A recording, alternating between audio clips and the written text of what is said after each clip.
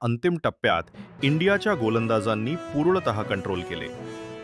प्रत्येक ओव्हरमध्ये प्रेशर वाढत गेला आणि श्रीलंकाचा स्कोरिंग रेट नीट उंचावू दिला नाही. भारताने दमदार इनिंग्स मांडली. 47 ओव्हर्समध्ये 269/8. चला पाहूया कसल्या संकटातून संघाने हे स्कोर बनवले. शेवटच्या टप्प्यात स्नेह राणाने फटाके मारले. 28 धावा फक्त 15 चेंडूत. अमनजोत कौर आणि दीप्ती शर्माची 103 धावांची भागीदारी संघाला सावरली. सुरुवातीला संघ संकटात 120/2 वरून 124/6 पर्यंत परिस्थिती भयाण झाली, परंतु मनोबळाने टीमने सामना वाचवला. की परफॉर्मन्स म्हणजे अमनजोत कौर, दीप्ती शर्मा, स्नेह राणा.